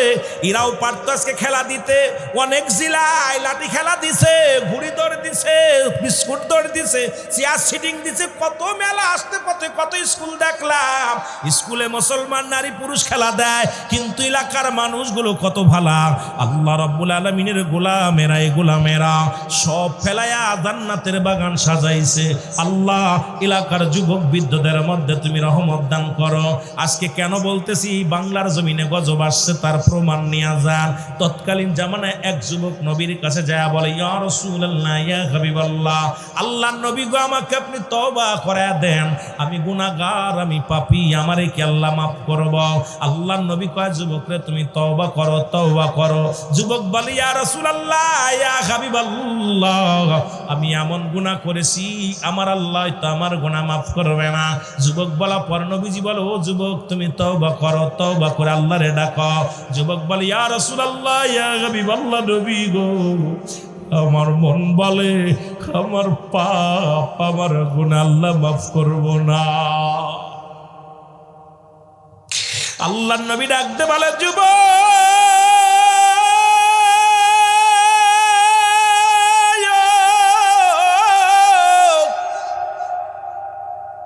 পৃথিবীর মধ্যে তুমি এমন কি গুনাহ করেছ রে, যে গুনাহ আমার আল্লাহ মাফ করব না? যুবক বলে, ইয়া রাসূলুল্লাহ, ইয়া হাবিবাল্লাহ, মক্কা মদিনা আপনি জানতেন, মক্কা মদিনার জমিনে কাফনের কাপড় চুরি হতো রে। যুবক খুব খেয়াল করবেন, ইয়া রাসূলুল্লাহ, ইয়া হাবিবাল্লাহ, ওই মক্কা মদিনার কবরে মানুষ শোয়ানো পর ওই গোরস্থান থেকে মুসলমান কাফনের কাপড় হারায়া যেত। ইয়া রাসূলুল্লাহ, ইয়া হাবিবাল্লাহ, ওই কাফনের কাপড় দুনিয়ার কেউ চুরি করে না, আমি সেই চোর। ইয়া রাসূলুল্লাহ, আমি ওই কাফনের কাপড়গুলো চুরি করতাম। আল্লাহর নবী কয়, যুবক, দুনিয়ার মধ্যে কি অন্য কোনো কাজ পাও নাই? দুনিয়ার মধ্যে কি অন্য কোনো কর্ম পাও নাই? তুমি মরা মানুষের 3 টুকরা সম্বল, 5 টুকরা সম্বল, এটা তুমি চুরি করলা, এই কি কাজ করলা রে যুবক? এত বড় অপরাধ করলা। যুবক বলি, ইয়া রাসূলুল্লাহ, আমাকে কি আল্লাহ মাফ করব? আমার নবী কয়, যুবকরে তওবা কর, তওবা কর, তওবাকারী আল্লাহ ভালোবাসে, তওবা কর। যুবক বলি, ইয়া রাসূলুল্লাহ, ইয়া হাবিবাল্লাহ, আমি এত পাপ করেছি, এই পাপ মনে হয় আমার আল্লাহ ক্ষমা করব না। আল্লাহর নবী বলে, যুবক রে, এত বড় পাপ কি করছো বলো? যুবক বলি, ইয়া রাসূলুল্লাহ, ইয়া হাবিবাল্লাহ, অনেকদিন যাবত মক্কা মদিনায় কোনো মানুষ মরে না, আমারও ব্যবসা ভালো না, আমিও চুরি করতে পারি না। অনেক দিন যাবত মক্কা মদিনায় কোনো মানুষের ইন্তেকাল হয় না, কবরেও নেয় না, কাপনের কাপড় চুরি করতে পারি না। অনেক দিন পরে এই জমিনের মধ্যে সুন্দরী এক নারী মারা গেল, ইয়া রাসূলুল্লাহ ইয়া হাবিবাল্লাহ। ওই ব্যক্তির, ও নবী, ওই মহিলা একটা সতী সাথে সুন্দর নারী মারা গেল, বড় লোকের দুলালি। ও যখন মারা গেল, ওর কাপড় জানাজায় আমি নিজেই শরীক হয়েছিলাম। জানাজার নামাজ শেষ হলো, সব মানুষ যখন বাড়ি চলে গেল, আমিও অপেক্ষা আছি কখন রাত নামবে। যখন রাত নির্জন হয়ে গেল নবী গো, ও নবী, তখন আমি গুটি গুটি পায়ে গোরস্থানে রওনা দিলাম। আইয়া গোরস্থানের মাটিগুলো খুঁড়লাম, মাটিগুলো খুঁড়িয়া যখন কাপনের কাপড়টা টান দে খুইলা নিলাম, ইয়া রাসূলুল্লাহ ইয়া হাবিবাল্লাহ। ওই কাপনের কাপড় যখন খুইলা নিছি, নিয়া পর কে যেন আমার ভিতর থেকে বলে, ও যুবক, সারা জীবন কাপনের কাপড় চুরি করলা, যার কবরে ঢুকছে একবার তাকায়া দেখ, পৃথিবীর শ্রেষ্ঠ সুন্দরী নারী। অন্যায় কর, কেউ দেখবে না, কেউ বলবে না, কেউ তোরে বাধা দিবে না। ইয়া রাসূলুল্লাহ ইয়া হাবিবাল্লাহ। ওই নারীটার মুখের দিকে যখন তাকাইলাম, আজকে যে সুন্দরী নারী আইনা ডায়াসে বসায় বসায় গল্প করার, ডায়াসে ড্যান্স করার, নাচান, এই যুবকগুলো হা করে খেয়ে ফেলে। জোরে বলেন ঠিক কিনা? গভীর মনোযোগ, ও যুবতী যুবকের শোনো। যদিও অনেকের ভিতরে লাগবে, কষ্ট লাগবে, কথাগুলো বললে কষ্ট লাগবে, তবুও বলতে হবে, কারণ মরতে হবে, ঠিক কিনা? এই কথা বলেন না কেন? মরতে হবে না? আমার বাজানেরা ডাকতে বলি, ইয়া রাসূলুল্লাহ ইয়া হাবিবাল্লাহ। এইবার আমি ওই যুবতীর চেহারা দেইকা পাগল হয়ে গেলাম, সঙ্গে সঙ্গে তার সঙ্গে অন্যায় করা শুরু করলাম, জিনায় লিপ্ত হয়ে গেলাম। এ তো শুনেছি মক্কা মদিনায় তৎকালীন জামানায়, যেখানে বাংলাদেশে ভালো করে লেখে নেন, যদি মিথ্যা হয় আমার জিহ্বা কেটে নিবেন, এখানে যে শাস্তি দিবেন মেনে নিব।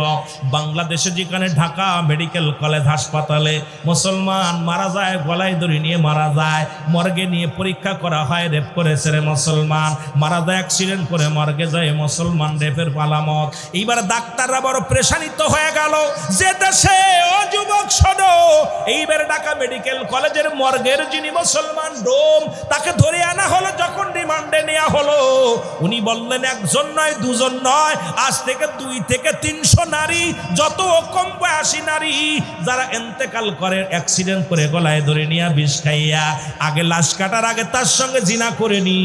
যে দেশে মুসলিম রাষ্ট্র বাংলাদেশের 82% মুসলমান, যে দেশে লাশ কাটা করে বাংলাদেশে, যেখানে ঢাকা মেডিকেল কলেজ হাসপাতালে, যেখানে মর্গে জিনা হয়, আর বড় বড় ওয়াজ করো, আর বড় বড় ফতোয়া দাও, মসজিদে বয়া বড় বড় বায়ান দাও। এরে মুসলমান, এই বায়ান দিয়ে হবে কি? এই ক্ষমতা দিয়ে হবে কি? ক্ষমতার লোভে ও খাইসা লাভ কি? যে দেশে মরেও শান্তি নাই, মরার পরও জিনা হয়, যে দেশে মর্গে জিনা হয়, সেই দেশের নাম হলো আমার বাংলাদেশ। আজকে বড় বড় ফতোয়া দাও, কই থেকে পাও? যদি মিথ্যা বলি জিহ্বাটা কেটে নিবেন। মুসলমান শুনে নেন, ওই না কোথায় মুসলমান, গভীর মনোযোগ, চট্টগ্রাম মেডিকেল কলেজ হাসপাতালে একই চিত্র ধরা পড়লো। যখন মর্গে নিয়ে, যখন ড্রমকে নিয়ে ধরে রিমান্ডে দেওয়া হলো, উনি বললেন, আজ থেকে কত সময় আমি যে রেপ করেছি তার মনে নাই। যত অল্প বয়সী নারী গলায় ধরে নিয়ে বিষ খাইয়া অ্যাক্সিডেন্ট হইয়া মারা যায়, তাদেরকে কাটার আগে, তাদেরকে কি করি, পোস্টমর্টম করার আগেই তাদের সঙ্গে আগে রেপ করে নি, জিনা করে নি। আরে যে দেশে, বাংলাদেশে 92% মুসলমান, এত পিছেন, এত খানকায়, এত আলেম, এত ইমাম, সেই দেশে মর্গে যদি জিনা হয়, সেই দেশের উপরে লাশ পড়ে থাকবে, সেই দেশের উপরে মানুষ কুকুর শেলে লাশ খাবে। এই দেশের মানুষ, মুসলমান গভীর মনোযোগ, এই দেশের মানুষ কেউ কথা বলবে না, শুধু দেখবে আর ক্ষমতার চিন্তা করবে, খালি গদির দরকার, গদির দরকার। নবী বলছে বালহুয়া কিলাব, আমার কথা নয়, নবীর কথা, কোরআনের কথা শুনে নাও, হাদিসের কথা। নবী বলছে বালহুয়া কিলাব, এই দেশ, এই দুনিয়াটা হলো পচা দুর্গন্ধ মরি। মানুষের চরিত্র হলো কুকুরের চরিত্র। কুকুর যেমন মরি পাইলে খুশি হয়, সে জামানার মানুষগুলো সম্পদ পাইলে খুশি হবে। এখন খালি চেয়ার পাইলেই খুশি, সেটা যেভাবে আসুক সেটাই ভালো। ধরে বলেন ঠিক কিনা? ওলামা একরাম আছে, রাসূল বলছে বাল্লুহা খিলাফ, এই দুনিয়াটা পচা দুর্গন্ধ মরি, মানুষের চরিত্র কুকুরের চরিত্র। এ যুবকেরা, শুনেছিলানি 2 বছর আগের কাহিনী, যে দেশে মর্গে জিনা হয়, ওরা এইটা আমেরিকা হলে মেনে নিতাম, ভারতে হলে মেনে নিতাম, শ্রীলঙ্কায় হলে মেনে নিতাম। আমার সোনার বাংলায় 82% মুসলমান। আমার সোনার বাংলায় অসংখ্য খানকায় অসংখ্য পীর, অসংখ্য মুজাহিদ, অসংখ্য উলামায়ে কেরাম। সেই দেশে যেখানে জিনা হয় মর্গে, এর সেইতে কষ্ট আর থাকতে পারে না। জোরে বলেন ঠিক কিনা? আমরা বক্তৃতা দিতেছি আর মাল কামাইতেছি, কথা বুঝেননি?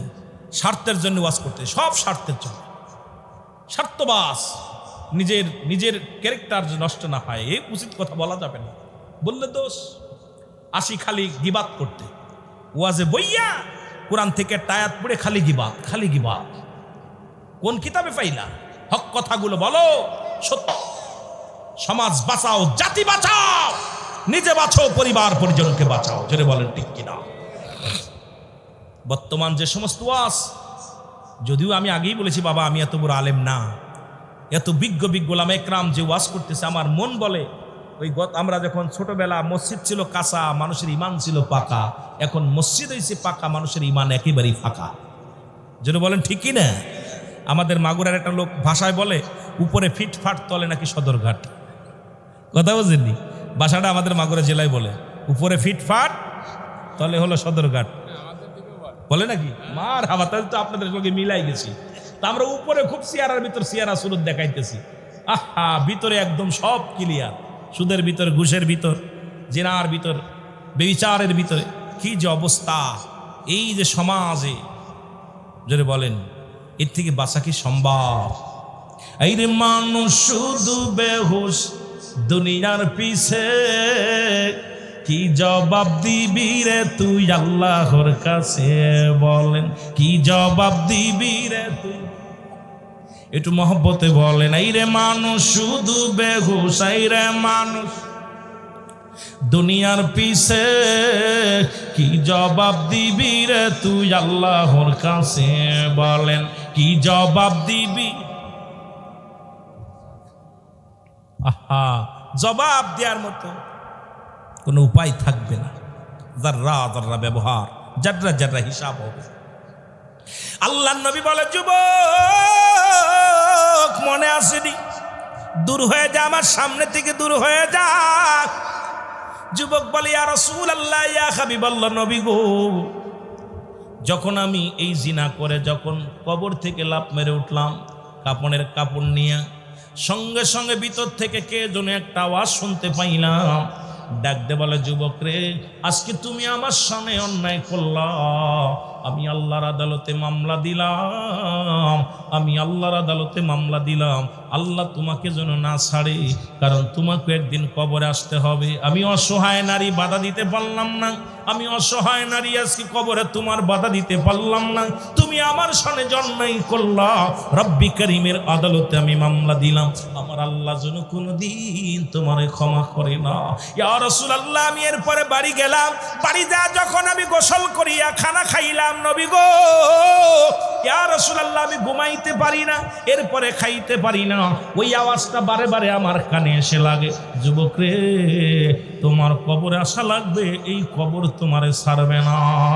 আমি আল্লাহর আদালতে মামলা দিলাম। ইয়া রাসূলুল্লাহ, ইয়া হাবিবাল্লাহ, এই অবস্থায় আমারে কি আমার আল্লাহ মাফ করবো না? আমার নবী কয়, যুবক তুমি দূর হয়ে যাও, যুবক দূর হয়ে যা, আমার সামনে থেকে দূর হয়ে যা। নবীজি দূর করে দিলেন, কাঁদতে কাঁদতে রে যুবক 40টা দিন, একদিন নাই, দুদিন নয়, 40টা দিন নজর নয়নে কান্দে, গাছের লতা পাতা খায় আর কান্দার বলে, রব্বি কারীম, তুমি ইউনূস নবীরে করছো গো দয়া, মাছের পেটে গো আল্লাহ, মাছের পেটে আমারে নি করবা দয়া গো আল্লাহ, ই গুনাহ হতে মাফ হতে গো আল্লাহ। আমারে নি করবা তুমি ক্ষমা।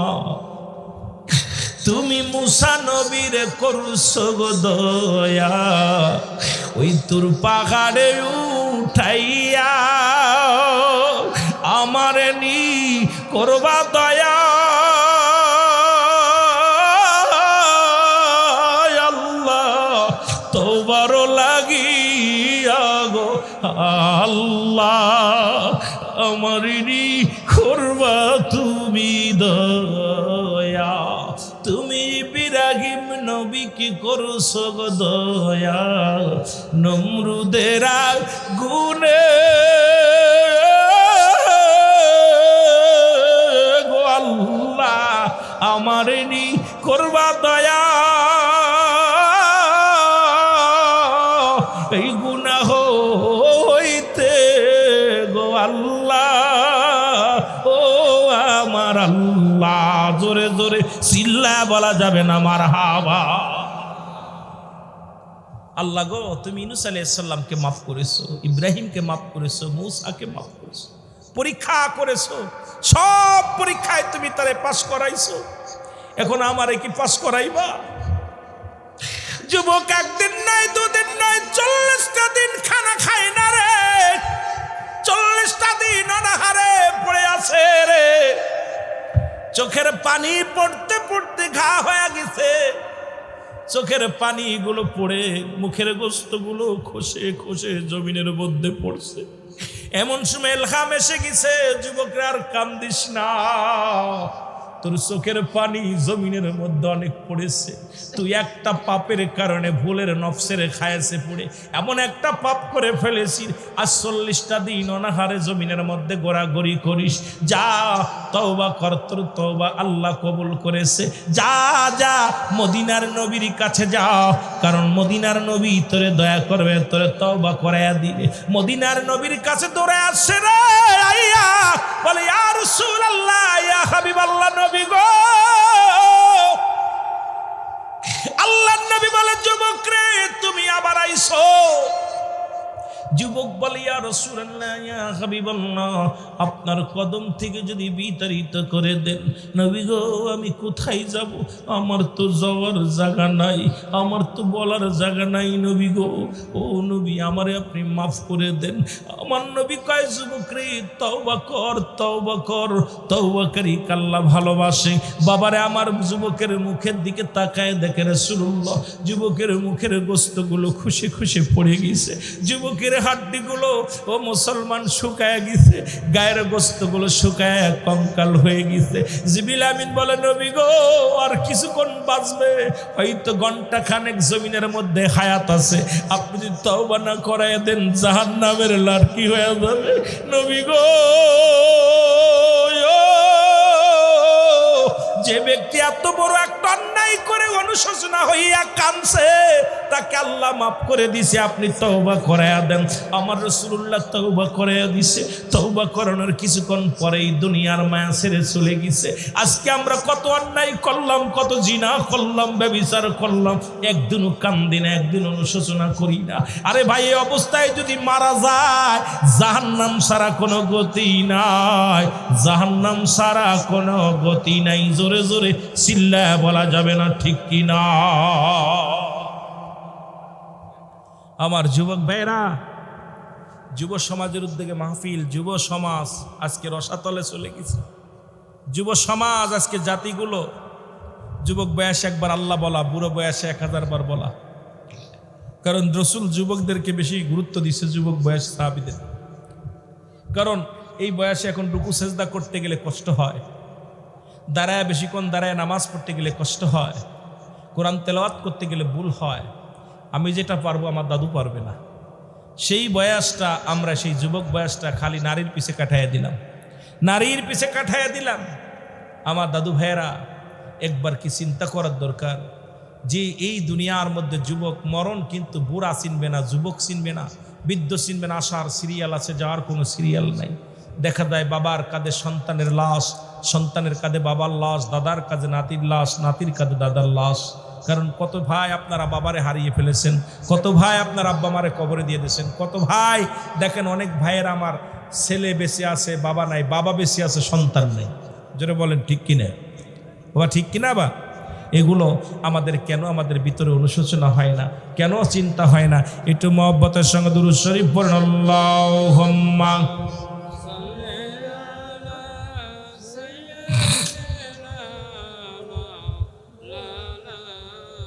ওয়ালা আলি সাইয়্যিদিনা।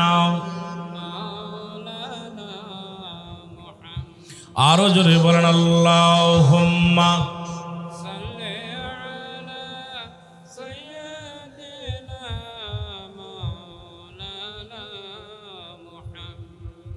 আমার বাবারা, একটা কথা হঠাৎ করে মনে পড়ে গেল, আস্তে খুব খেয়াল, এটা খুব খেয়াল, ছোট্ট একটা কথা। আপনারা জানেন খাতুনে জান্নাত মা ফাতেমাতুজ জাহরা সরদারিনী, ঠিক কিনা? সবাই বলেন ঠিক কিনা? এটা কি আসা না মিসা? আরো জোরে বলেন আচ্ছা। উনি জান্নাতের সরদারিনী হইলেন কার কারণে, কার দোয়ায়? তাকে জানেন? স্বামীর দোয়ায়। মারহাবা বলেন না, আরো জোরে, স্বামীর দোয়ায়। তামার বাবারা, রসুলে পাক সাল্লাল্লাহু আলাইহি সাল্লাম একদিন ফজরের নামাজ শেষ করে গুটি গুটি পায়ে হাসান হুসাইনের বাড়িতে গেলেন। হাসান হুসাইনকে মহব্বত করব, দেখব, কারণ নবীজি অত্যন্ত মায়া করতেন হাসান হুসাইনজি। রাসূল যখন গেলেন সালাম দিলেন, আসসালামু আলাইকুম ইয়া আহলাল বাইত। ভিতর থেকে ওয়ালাইকুম আসসালাম ইয়া রাসূলুল্লাহ, আপনি ইয়া হাবিবাল্লাহ আইছেন। নবীজি মিষ্টি একটা হাসি দিয়ে বলে, ফাতেমা একটা খবর শুনছো? কয় কি? জিবরিল আমিন আমার একটা জানাই দিয়ে গেছে, সেটা হলো তুমি হল এই পৃথিবীর মধ্যে তুমি যে জান্নাতে যাবে, সেই জান্নাতের তোমার যে যানবাহন হবে, এই যানবাহনের লাগাম ধরে তোমার আগে এক মহিলা তোমারও আগে জান্নাতে যাবে। সুবহানাল্লাহ বলেন না?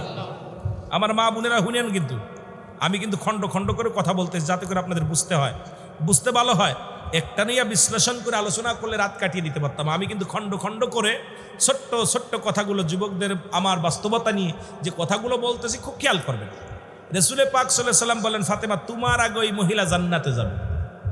কন্দি এই কথা শোনা পর ফাতেমা বলতে, আব্বা জান, ওই মহিলার বাবার নাম কি? ওই মহিলার মার নাম কি? ওই মহিলার ছেলের নাম কি? ওই মহিলার স্বামীর নাম কি? সুবহানাল্লাহ বলেন না? আমার আগে জান্নাতের ভিতরে প্রবেশ করবে এই মহিলা কে? সেই মহিলা আমার মারা হলো, মারা একটু খেয়াল করো, লজ্জাপতির পাতা বাইটা খাইও, অবস্থা তো ভালো না। কথা বুঝেননি? বলতেছে আমার আগে জান্নাতে যাইব এমন সৌভাগ্য নারী কে? রাসূল বললেন, তোমার বাবার মতো এত মর্যাদাবান বাবা না, তোমার স্বামীর মতো এত মর্যাদাপূর্ণ স্বামী না, তোমার কলিজার টুকরা সন্তানের মতো এত মর্যাদা সন্তান তার না, এই পৃথিবীর মধ্যে তোমার মতো এত ভাগ্যবতী মহিলা না। রাসূল বলা পর ফাতেমা বলি, ইয়া রাসূলুল্লাহ, ইয়া হাবিবাল্লাহ, নবী গো, সেই ভাগ্যবতী মহিলাকে যে আমার আগে জান্নাতের ভিতরে প্রবেশ করবে। রাসূল বললেন, ফাতেমা রে, এত উত্তেজিত হয় না। এই মহিলাটার বাড়ি হলো ওই যে দেখো একটা পাহাড়, ওই যে একটা মরুভূমি, ওই মরুভূমির চড়ায় ওই পাহাড়ের মধ্যে বাড়িটা, একটা কাঠুরিয়া, ওই কাঠুরিয়ার বিবি, তার নাম হলো হযরতে জামিলা। তোমার আগে ওই মহিলা জান্নাতে প্রবেশ করবে। জোরে বলেন মারহাবা। নাম কি? জামিলা। কার বিবি? হুজুরের বউ নাকি? কার বউ? কাটকাটে কাটুরিয়ার বউ। এইবার মা ফাতিমা সারা রাত ঘুম আসে নাই, খালি এপারে একবার ঘুমায় ওপারে একবার ঘরে। রাতটা কেটে গেল, কারণ সকাল হইলে আমি যাব ওই নারীকে দেখার জন্য। এত ভাগ্যবতী কে সে নারী? কি এমন আমল করে, কি তারা তো পার যে আমার আগে জান্নাতের মধ্যে প্রবেশ করবে। মা ফাতিমা সকাল হলো, ফজরের নামাজ পড়ে রওনা দিল। পাহাড়ের এই কন্যারে যে সালাম দা, আসসালামু আলাইকুম হালাল বাইত। ভিতর থেকে আওয়াজ আসে, ওয়ালাইকুম আসসালাম। কয় বোন, আপনি কি জামিলা? বলে হ্যাঁ আমি জামিলা। বলে বোন রে তুমি কে? বলে আমি ফাতিমা। সুবহানাল্লাহ বলেন আরো জোরে। কয় বোন রে, ও বোন, ভিতরে তো একটু দরজাটা খুলে দাও, আমি তোমাকে একটু দেখবো। জামিলা বলে, বোনরে তুমি আইসো আমার দেখার জন্য, আমি তোমার কাছে ক্ষমা চাই। এই মাত্র আমার স্বামী বাইর হয়ে গেল, ঘর থেকে বাইর হয়ে গেল, কারণ আমার স্বামীর অনুমতি নেওয়া নাই। বোনরে আমার স্বামীর এজাজত নেওয়া নাই, সুতরাং আমার স্বামীর হুকুম ছাড়া দরজা খুলে তোমার সঙ্গে দেখা করার ক্ষমতা আমার নাই। খুব খেয়াল। আর আমার বউ, আমি আইসি মাহফিলে ওয়াজ করতে, বৌদিক মার্কেট করে একা একা মার্কেট ঘুরে, জোরে বলেন ঠিক কিনা? আমি হুজুর ওয়াজ করি, পর্দার ওয়াজ, আমার বউ পর্দা মানে না, ঠিক কিনা? এই কথা কন। আমি হুজুর ওয়াজ করি, পর্দার, আমার বউ শাড়ি কেনে যাইয়া অন্য দোকানদারের নিয়ে একটা কথা আমার মনে পড়ে গেল, মনে রাখবেন। কথা বলতে গেলে শুধু বক্তাদের কথা এসে যায়। এ যুবক, কোথায় রে? কথাগুলো বলতে গেলে আমাদের অনেক কথা এসে যায়, না বললে নয়। বাবারা আমার, কোথায়? বগদাদ শহরে বাড়ি, খাজা কিনা, জোরে বলেন। খাজা মঈনুদ্দিন চিশতির বাড়ি কোনে? কোথায়? আমার বাবারা আমার, গভীর মনোযোগ। হাসান বসরি রহমাতুল্লাহ আলাইহি, নাম কি? হযরত হাসান বসরি রহমাতুল্লাহ আলাইহি। উনি একবার মদিনা, উনি দেখলেন, একবার বাজারে গেলেন কাপড় কিনতে, খুব খেয়াল। উনি গেলেন কাপড় কেনার জন্য, বাজার করার জন্য, যা দেখে এক দোকানদার বারবার মহিলাদেরকে আকৃষ্ট করতেছে, বলে, আপা এইটা খুব দামি কাপড়, এটা খুব ভালো মালের কাপড়, এই কাপড় আর বাজারে কারণ নাই, দোকান ছাড়া নাই। খুব গল্প গুজব দিতেছে, খুব দামি কাপড়, এটা কাশ্মীরি, এটা অমুক অমুক তমুক। দূর থেকে হাসান বসরি রহমাতুল্লাহ আলাইহি দেখতে লাগলেন। যুবক, উনি দেখতে লাগলেন, কি আশ্চর্য, মেয়েদের সঙ্গে কি আলাপ, মধুর আলাপ। এগুলো দেখে উনি মনে একটু কষ্ট লাগলো। উনি চিন্তা করলো, উনি বাড়ি চলে গেলেন। এবার 2 বছর পরে আবার ওই মার্কেটে আসলেন হাসান বসরি রহমাতুল্লাহ আলাইহি। উনিও 2 বছর পরে মার্কেটে আসলেন। আসা পর তাকায় দেখে দোকানদার নিলিবিলি বসে আছে। কত মেয়েরা যায়, কাউকে ডাকে না, কত পুরুষ যায়, কাউকে ডাকে না। দোকানদার কাপড় নিয়ে বসে আছে। এবার উনি চিন্তা করে, এত কাস্টমার যায়, উনি কেন ডাকে না? উনি এবার বললেন, আস্তে আস্তে কাছে যে সালাম দিলেন, আসসালামু আলাইকুম ভাই। বলে, ওয়ালাইকুম আসসালাম। আপনি আমারে বলেন, আমি 2 বছর আগে এসেছিলাম মার্কেটে, দেখলাম আপনি মেয়েদেরকে কত আলিঙ্গন করে ডাকেন, মহব্বত করে আপা বলেন, কত কি খালা বলেন, ফুফু বলেন, কত কি করে মানুষকে এত ভোলা ভালা তারে কাপড়ে বিক্রি করেন। আজকে দেখলাম কত কাস্টমার আপনার রাস্তা দিয়ে যায়, কাউকে ডাক দেন না, কাউকে কিছু বলেন না, কারণটা কি? বলে, ভাই শোনেন, ওই 2 বছর আগে যে ঘটনা ঘটেছিল শোনেন। ওই 2 বছর আগে আমার যে নারী ছিল, 2 বছর আগে আমার সে বিবি মারা গেছে। এই বিবির চাহিদা ছিল বেশি, এই বিবি দুনিয়া লোভী ছিল। যদি কোনোদিন আমি উপার্জন করতাম, ঘরে গেলে হট্টগোল বাঁধত, খালি সাথে সম্পদ চাইতো। সে খালি অর্থের লোভ, এত পরিমাণ সম্পদের লোভ ছিল তার। এই লোভের কারণে আমি আমার বিবির মন রক্ষার্থে এই কাস্টমারের সঙ্গে এই আলাপ আলোচনা করে টাকা পয়সা বেশি উদ্যোগে বেচা কিনা করতাম, এটা নিয়ে বিবির হাতে দিতাম। বিবি খুব খুশি হতো। 2 বছর আগে আমার বউটা মারা গেছে, কলেরা রোগে মারা গেছে। আবার একটা বিয়ে করলাম। এই বিয়ে করার পর যখন আমি দোকানে আসতেছিলাম, পিছন থেকে আমার বিবি আমার জামাটা টেনে ধরে বলে, স্বামী আপনার কাছে অনুরোধ করি, খবরদার আপনি আমাকে হারাম খাওয়াবেন না। সারাদিন পরে আপনি আমাকে 1 লোকমা খাবার দিবেন, সেটা হালাল খাদ্য দিবেন। আমার বাড়ির দরকার নাই, গাড়ির দরকার নাই। আপনি 5 ওয়াক্ত সালাত আদায় করবেন, হালাল রুজি উপার্জন করবেন, বেগানা নারী থেকে সংযোগ থাকবেন। কারণ আপনি এইগুলো আমার বোঝায় বলছে, আমার স্বামী রে, আপনি যদি আনেন 2 মুঠা আনেন, খাবো, 1 মুঠা আনলে খাবো, না আনলে না খাবো। আপনার উপরে কোনো অভিযোগ নাই, কারণ কিয়ামতের ময়দানে কিন্তু আপনার কবরে জবাব দেওয়া লাগবে, আখিরাতের ময়দানে আপনার উঠা লাগবে। এ ভাই, আল্লাহর কসম করে বলি, এই বিবি আশা পার আমি এত ভালো হয়েছি, আমার দোকানে বেচা কিনা হোক আর না হোক, কোনো কাস্টমারের সঙ্গে এরকম আলাপ করি না। সুতরাং আজকে আমার বিবির কারণে আল্লাহ আমাকে জাহান্নামের পথ থেকে ফিরাইয়া দিছে, আল্লাহ আমার এই গজবের পথ থেকে ফিরাইয়া দিছে। সুতরাং আমিও আমার বিবির জন্য দোয়া করি, আল্লাহ যেন আমার আগে আমার বিবিরে জান্নাতি করে। জোরে জোরে চিল্লায় বলেন মারহাবা।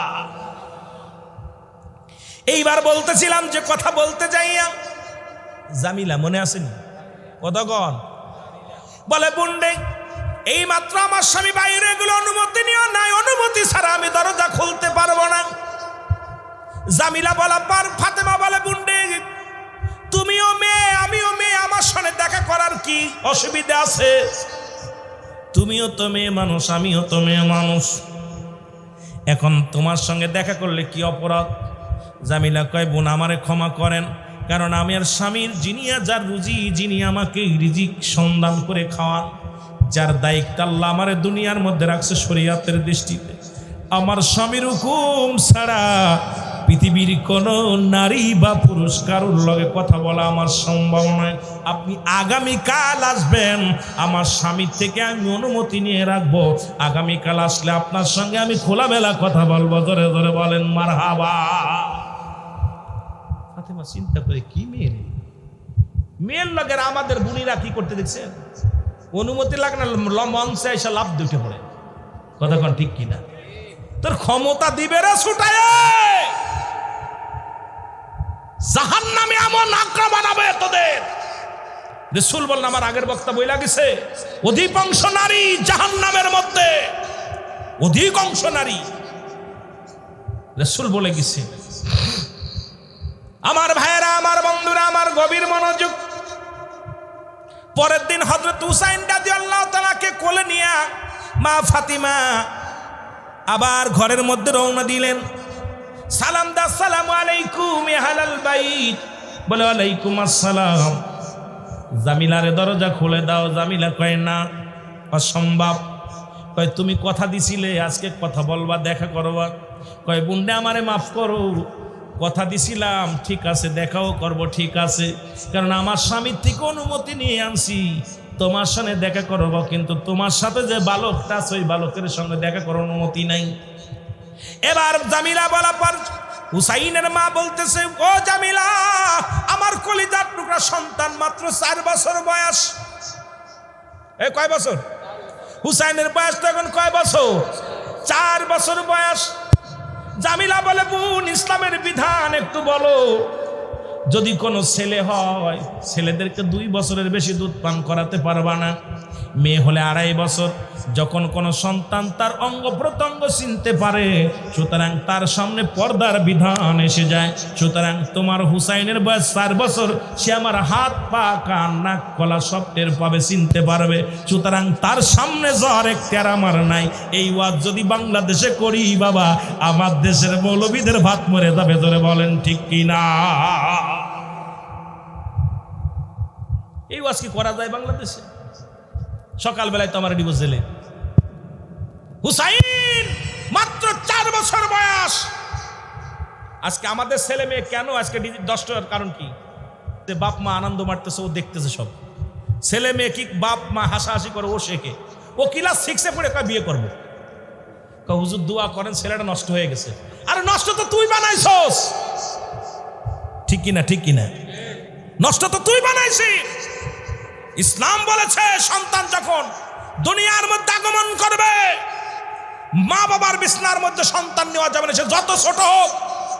যখন ঘুমাইবে সন্তানকে আলাদা কাপড়ের মধ্যে রাখবে, আর কোর মাঝখানে নিয়ে দুজন কথা বললা বলে হাসাহাসি রং তামাশা কত কি করতেছে। ছেলে মেয়ে একবার তাকায় মার দিক, একবার তাকায় বাবার দিক, খুব আনন্দ মারে। ও চিন্তা করে খালি হাঁটা শিখলে ও খালি মানুষের হাত ধরে টানে। আব্বা মা যা করছে সব শিখে ফেলছে। যারা বলেন ঠিক কি না? এবার মুসলমান ফাতেমা বলে, ফাতেমা ডাকতে বলে, বোন হো, বোন ফাদো, বোন জামিলা, আমার আর বুঝতে বাকি নাই।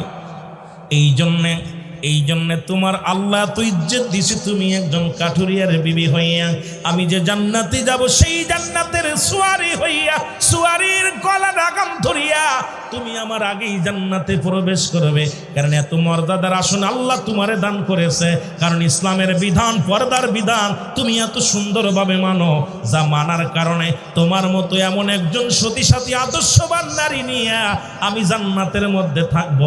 আমি ফাতিমা গর্বিত। জোরে জোরে বলেন মারহাবা। আরে বড় বড় বুড়ো বুড়ো সাল মেয়ে হাত ধরে টানাটানি করে, তাহলে এদের বিধান কি আসলো? আমার বুঝি আসে না, এদের বিধান কোথায় আসলো? এ আমার ভাইরা, আমার বন্ধুরা, এই জন্য আমি মা বোনদেরকে বলে যাই, আমার মারা শোনো, ইসলামের বিধান মানো, ইসলামের নিয়ম মানো। রাসূল পাক সাল্লাল্লাহু আলাইহি সাল্লামের কাছে দুজন অন্ধ সাহাবী আসলেন। কি আসলেন? অন্ধ সাহাবী আসলেন। রাসূল বিবিদেরকে বললেন তোমরা ভিতরে যাও। রাসূল বললেন তুমি ভিতরে যাও। বিবিরা বল হুজুর ওরা তো অন্ধ, চোখই দেখে না। রাসূল বললেন তুমি দেখ, তারা তো দেখে না, তোমরা তো দেখো। সুতরাং অন্ধর সামনে পর্দার বিধান, এই বিধান আজকে ইসলামের বিধান কেন মানবেন না? যেহেতু 82% মুসলমান বাংলাদেশে, আপনি মানবেন না চলে যান ভারতে, মানবেন না চলে যান ইন্ডিয়ায়, মানবেন না চলে যান আমেরিকায়। ইসলাম মানবেন না, কোরআন মানবেন না, ভালো লাগে না অন্য জায়গায় চলে যান। কারণ এই দেশে থাকতে হলে কোরআনের আইন, কোরআনের বিধান মানা লাগবে। জোরে বলেন ঠিক কিনা? কোরআনের আইন মানবেন না, ভালো লাগে না, চলে যান, দরকার নাই। সারা পৃথিবীর মানুষ যদি আল্লাহকে না ডাকে, আল্লাহর কোনো লস আছে? যদি কোন লস আছে? আপনারা যদি নামাজ না পড়েন, আল্লাহর কোনো লাভ আছে? লস আছে? আমার ভাইরা, আমার বন্ধুরা, এই জন্য আমি আপনাদেরকে বলে যাই, পৃথিবীর মধ্যে ইসলামের বিধান, এই জন্য 5 শ্রেণীর ইসলাম বলছে, 5 শ্রেণীর নারীকে বিবাহ করতে মরবার মরেন। জোরে জোরে চিল্লায় বলো মারহাবা। কয় শ্রেণী? জোরে বলেন কয় শ্রেণী? একটু জোরে চিল্লায় বলেন কয় শ্রেণী?